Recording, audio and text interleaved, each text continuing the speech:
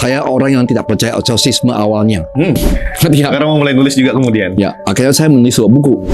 Ya, saya bacalah.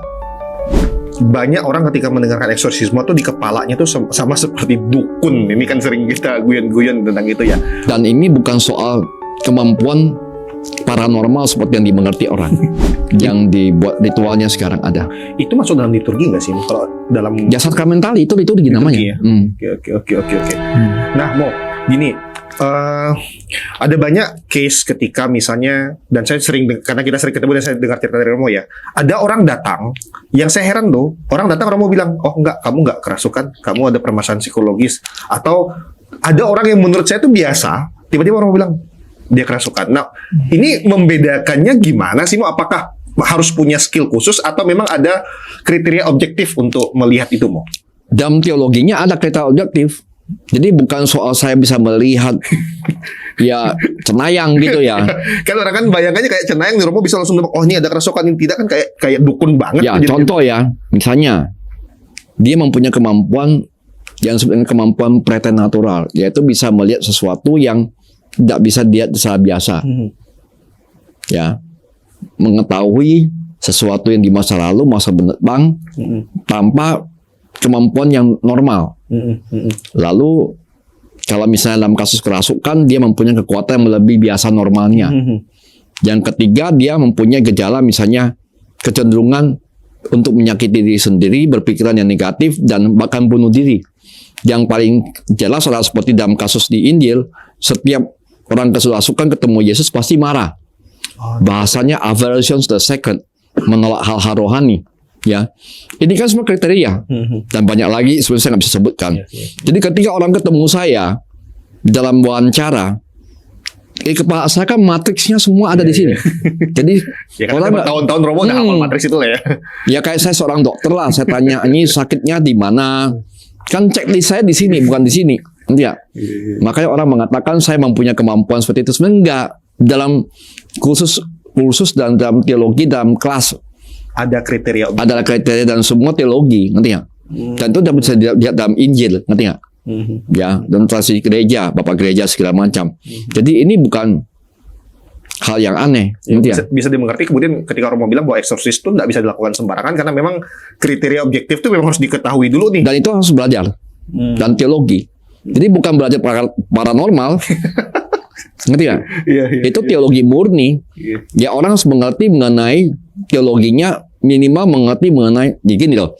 Kalau orang sudah mulai dengan setan udah salah. Maksudnya gimana? Biasanya orang selalu ingin tahu mengenai setan. Itu salah. Harus mulai dengan tata ciptaan dan yang paling penting malaikat. Karena setan adalah malaikat yang jatuh. Semua kemampuan kodrati malaikat ada pada setan. Cuma dibalik. Yang satu berbuat baik, yang satu berbuat jahat.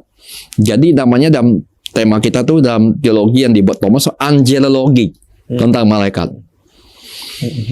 Lawannya demonologi. Tapi itu kan turunan, ngerti ya? Nah, kadang-kadang orang tidak mengerti bahwa ini teologi murni, yaitu dogmatik benar. Dan ketika saya menulis buku itu, saya menulis karena concern saya melihat banyak orang salah mengerti itu. Bahkan orang salah mengerti saya juga. Ngerti ya? Soal saya cenayang, bisa melihat sama. Enggak, ini teologi murni. Romo disuruh baca mereka. Itu teologi murni, bukan ramalan. Ngerti ya? Ya, Mo, balik Mo. Sebenarnya saya tahu jawaban ini karena saya pernah ikut Romo beberapa kali di bantu Romo di eksorsis ya, gitu. Nah, biar teman-teman di Hidup TV tahu ritual atau ritus eksorsisme tuh itu apakah seperti kayak di film-film yang semengerikan dan sehoror itu atau gimana? Biar teman-teman bisa tahu nih. Susah saya jawab. Karena saya pernah mengalami juga yang ngeri. Ya. Tapi saya juga mengalami banyak yang biasa. Ini manifestasi kan beda-beda. Kalau film jelas banyak bumbunya, itu jelas. Demi komersil Mo ya. Demi komersil. Jangan nggak mengatakan demi komersil lah. Lebih pada efek sound filmnya. Ya. Tetapi menurut saya ini kan tidak segampang kita ngomong A, B, C, D ya. Jadi menurut saya itu hal yang perlu ditekankan adalah bahwa eksorsisme itu real. Dan itu bukan paranormal. Dan itu adalah sakramentali dan itu belajar teologi. Makanya seperti katakan, imam seperti apa? Bukan pertama-tama imam itu hebat, suci atau apa. Imam terus belajar. Sorry, balik ke pertanyaan tentang itu ya. Misalnya ada imam yang mungkin kalau Romo kan diajak waktu di awal Romo cerita ada orang ketemu Romo nanya tentang hal-hal kayak gitu ya. Bisa nggak ada seorang imam yang mungkin memang bukan imam yang punya skill itu di awal tiba-tiba uskup mengatakan saya pengen kamu jadi eksorsis? Oh, bisa saja, banyak sekali terjadi. Oh bisa, jadi nggak harus punya eksorsis tidak boleh paranormal. Dia adalah pelayan gereja dan harus belajar. Makanya di banyak keuskupan yang saya tahu, Manila, bahkan Amerika, bahkan mereka punya tim psikolog, psikiater, dokter, konselor, baru terakhir eksorsis. Objektif banget itu. Jadi asesmennya banyak. Di sini orang datang pada saya mengatakan, Romo saya kemasukan nggak? Ya mana saya tahu. Nggak tahu saya. Kadang asesmennya harus sih. Dan banyak yang saya suruh ke psikolog. Ya supaya tahu kasusnya saya suruh ke psikolog. Dan saya minta psikolog yang resmi punya lisensi untuk keluarkan asesmennya. Bisa cerita dikit nggak kasus terberat yang pernah Romo tangani tanpa menyebutkan orang atau apa ya, kasus terberat gitu? Seberat apa sih dampaknya ke Romo atau ke korbannya? Ke pasiennya? Mungkin lebih baik pertanyaan bukan begitu ya. Apa akibatnya buat saya? Oke. Ketika ada eksorsisme itu terjadi Mo ya. Oke, gimana? Bagi saya adalah penguatan imamat saya. Saya nggak menyangka bahwa air suci yang kita biasa begini aja. Setiap kali misa. Ya, itu daya guna luar biasa. Garam yang diberkati, orang saling menjerit. Ya. Dan saya baru mengerti bahwa kuasa imamat itu benar-benar ada. Dan dalam nama Yesus segala macam itu benar-benar serius. Ya, yang kita nggak nyangka seperti hal-hal yang biasa. Bahkan mendoakan aku percaya, yang kita bla gitu loh. Setiap minggu ternyata itu doa yang sangat dibutuhkan juga dalam ritual dan sangat membuat reaksi dalam orang yang punya masalah seperti itu.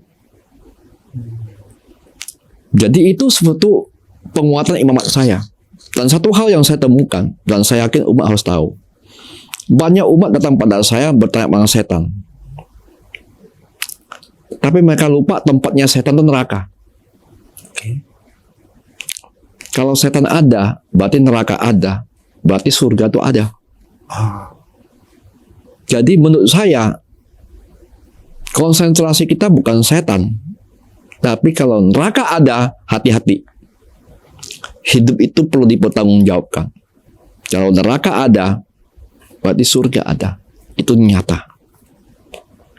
Pengalaman spiritual seperti ini untuk saya sebagai imam, itu menguatkan imamat saya. Sekarang kalau saya tanya lah, tujuan kamu mau apa? Siapa yang mau masuk surga? Kenapa? Karena orang nggak percaya surga, neraka, api penyucian. Tapi yang celakanya banyak orang tanya tentang setan. Tapi mereka lupa tempatnya setan, neraka. Ngerti nggak? Kalau neraka ada, surga ada. Dan surga itu ada. Surga itu nyata.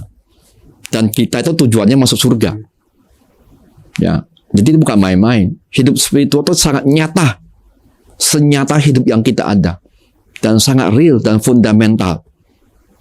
Bagi saya itu pengaruh yang paling besar untuk mengerti dan menghati imamat saya. Karena eksorsisme itu pelayanan gereja, bukan paranormal.